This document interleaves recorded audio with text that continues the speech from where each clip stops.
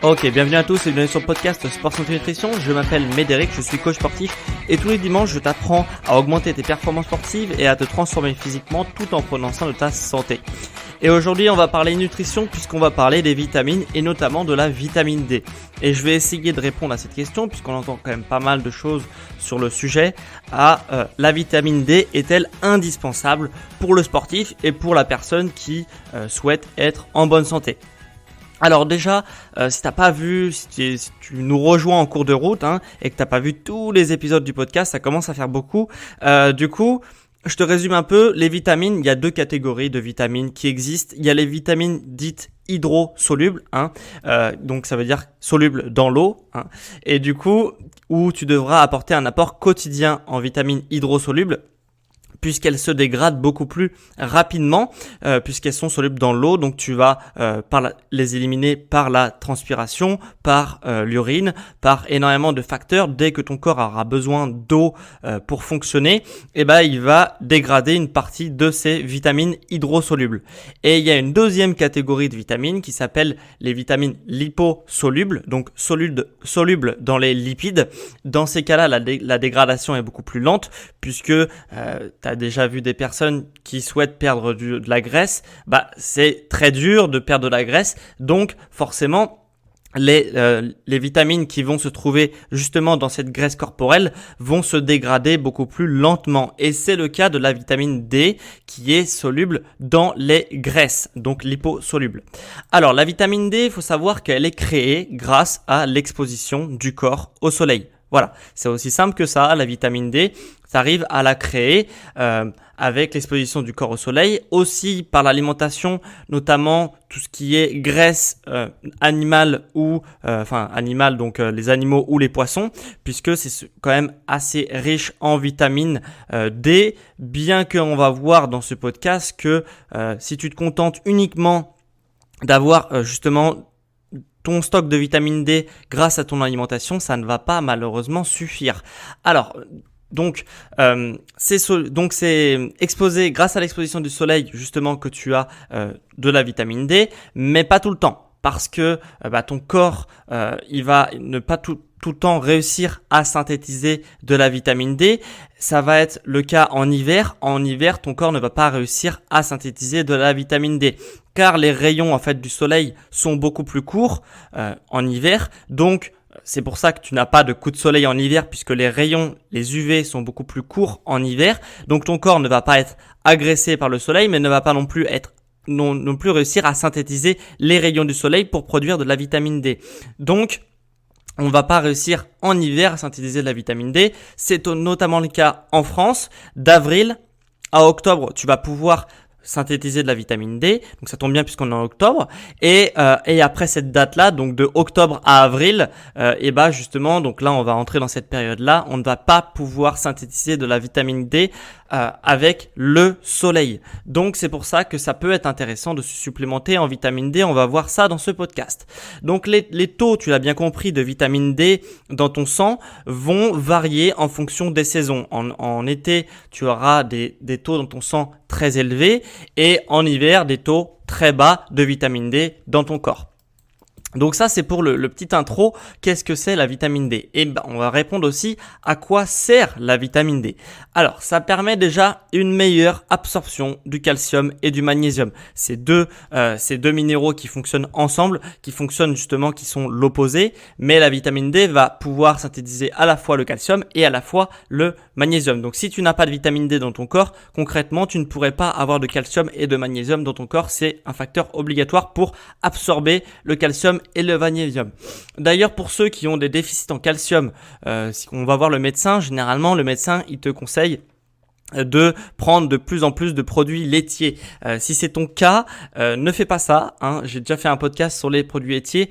Justement, la bonne idée, c'est peut-être que si tu n'arrives pas à avoir assez de calcium dans ton corps, si tes os sont en déficit de calcium, etc., c'est pas en apportant plus de calcium que tu vas réussir à combler ce déficit-là, c'est justement en augmentant la part de vitamine D qui va pouvoir mieux synthétiser le calcium que tu vas lui fournir, puisque on est pas carencés en calcium, et pour ceux qui sont carencés, on en a beaucoup trop dans notre alimentation. Ça sert à rien de se re-supplémenter en calcium, puisque on en a déjà trop dans ton organisme. Donc si tu n'en as pas assez, c'est qu'il y a peut-être qu'il y a un déficit autre part. Donc notamment en vitamine D. Donc le magnésium idéal pour justement la santé, et le calcium aussi il en faut, idéal pour la santé, bien qu'on en a trop dans notre alimentation. Donc la vitamine D elle va servir déjà dans un premier temps à synthétiser tout ça, donc c'est vraiment hyper important. Après on a une réduction de la perméabilité intestinale. La perméabilité intestinale, encore une fois, j'en ai fait un podcast complet quand j'en ai parlé du gluten, même quand j'ai parlé des produits laitiers, et la perméabilité intestinale, ça te protège de maladies très graves, donc c'est important d'avoir une bonne perméabilité intestinale, et c'est justement que ce qui va se permettre, cette vitamine D, de réduire la perméabilité de la paroi intestinale. Troisième chose que fait la vitamine D, c'est la stimulation du système immunitaire. Justement, elle va favoriser la production d'antibactériens très puissantes à l'intérieur de ton corps, et si ton corps n'a pas assez de vitamine D, il va pas pouvoir se défendre convenablement. Donc c'est vraiment hyper important pour ces trois choses, la vitamine D. Je résume en gros, tu auras une meilleure forme au quotidien grâce à l'absorption du calcium et du magnésium, tu auras une meilleure forme générale pour les personnes qui sont déjà malades, puisque ça va réduire la perméabilité intestinale. Donc si tu es malade, tu souffrir de symptômes assez graves, ça peut permettre de réduire un peu ces symptômes grâce à la diminution de la perméabilité intestinale. Et pour les personnes qui sont pas souvent malades et qui sont même pas malades, mais qui ont des choses passagères qu'on a en hiver, des petites grippes, des petits rhumes, etc., ça va augmenter justement les défenses immunitaires de ton corps. Et du coup, tu vas tomber moins souvent malade. Et pour ça, c'est pas encore prouvé, mais ceux qui ont fait qui ont du jour au lendemain commencé à se supplémenter en vitamine D en hiver, ils ont pu constater une meilleure humeur générale. Voilà, on est généralement plus heureux quand on est supplémenté, et justement avec des taux élevés de vitamine D dans le sang. Donc ça, c'est pas encore prouvé, mais c'est ce que racontent les témoignages de personnes qui ont justement essayé de s'intéresser sur la vitamine D. Alors, donc, on a dit que c'était justement une vitamine qui était saisonnière, puisqu'elle était stockée dans les graisses, et puis que elle était synthétisée principalement en été et pas suffisamment synthétisée en hiver. Donc en été en France, il faut savoir qu'une exposition de 30 minutes au soleil torse nu permet de créer 15 000 unités de vitamine D, alors que la dose recommandée journalière est de 200 unités journalières. Donc on a si on s'expose torse nu, je répète, 15 000 unités en été, donc de avril à octobre, 15 000 unités torse nu pour 30 minutes d'exposition, alors que la dose recommandée journalière est de 200 unités. Donc on a 15 000 versus 200, donc c'est largement suffisant. Tu ne vas pas être carencé en vitamine D en été. Donc en plus, comme la vitamine D, si tu l'as bien suivi, est liposoluble, c'est très rare d'avoir des carences, puisque tu vas stocker un petit peu de vitamine D, ça va pas se détruire tout de suite, et du coup tu vas réussir avec tes 15 000 unités que tu as quand tu te balades sur la plage, ou que tu te balades torse nu dans ton jardin, ou que tu marches, voilà.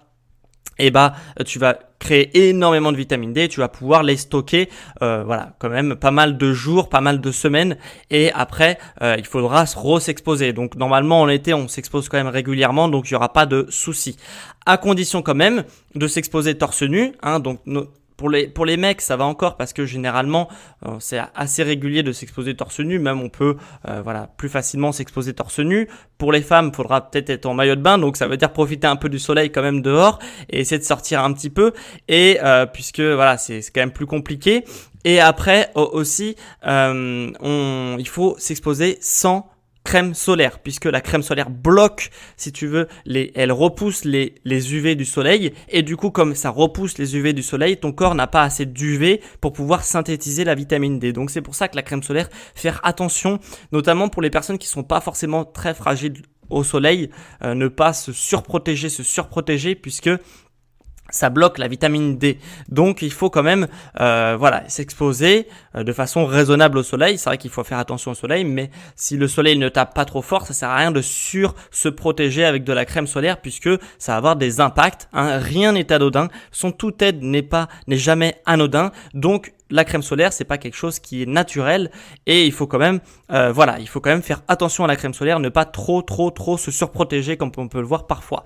Et du coup, en été, on a dit que c'était bon, on n'avait pas de problème de vitamine D, mais en hiver, déjà, il faut savoir que la vitamine D va se stocker, mais elle va pas se stocker un an. Elle va se stocker quelques jours, parfois quelques semaines, mais pas un an. Donc on aura un déficit de vitamine D, notamment en France, puisque en fonction de la latitude, si tu veux, où on est par rapport à la Terre, on n'est pas tous à la même latitude, et les UV vont être de plus ou moins forts. Et en France, du coup, je l'ai dit, mais de avril à octobre, ça va être bon. Et après, si tu passes après l'hiver, donc de octobre à avril, en hiver, là, on va pas avoir des UV suffisants. Donc, il faudra peut-être commencer à se supplémenter en vitamine D.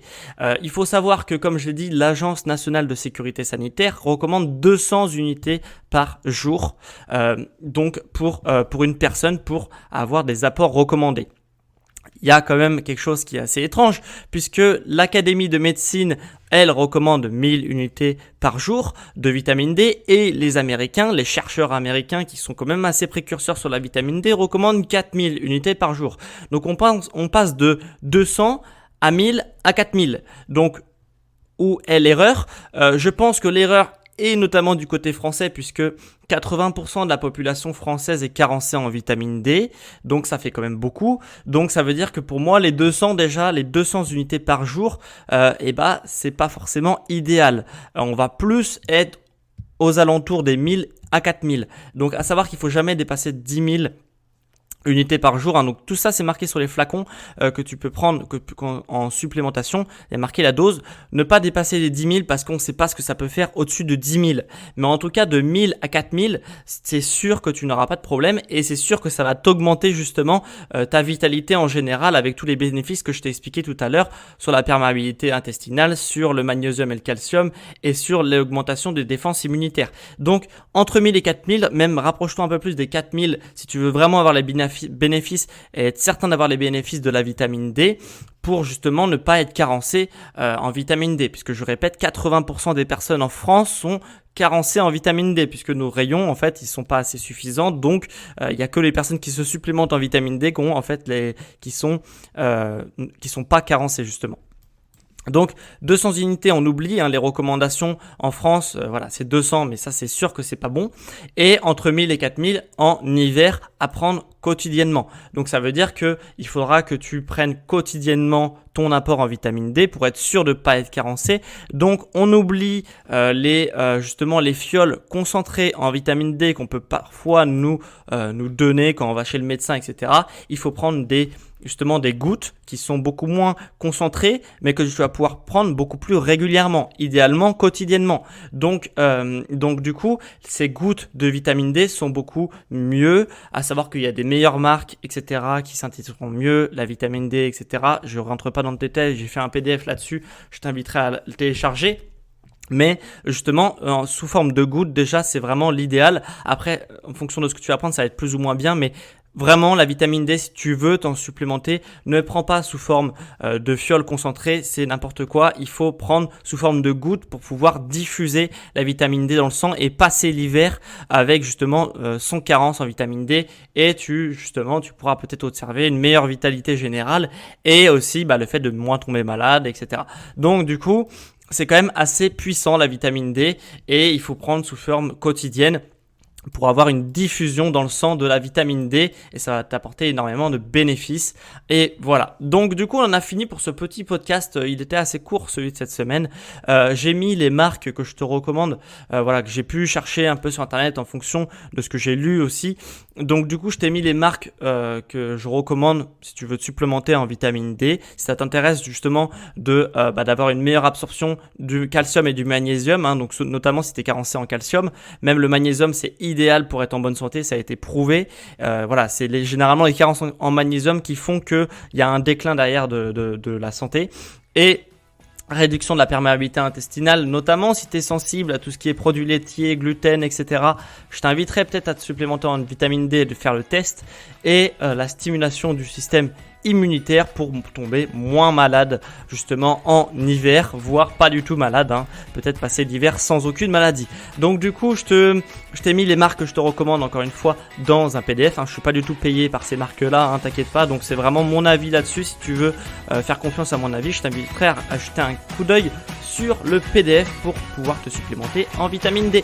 Voilà, donc on se retrouve la semaine prochaine, un dimanche prochain à midi comme toutes les semaines pour un nouveau podcast sur le sport, la santé et la nutrition. Allez, ciao les sportifs!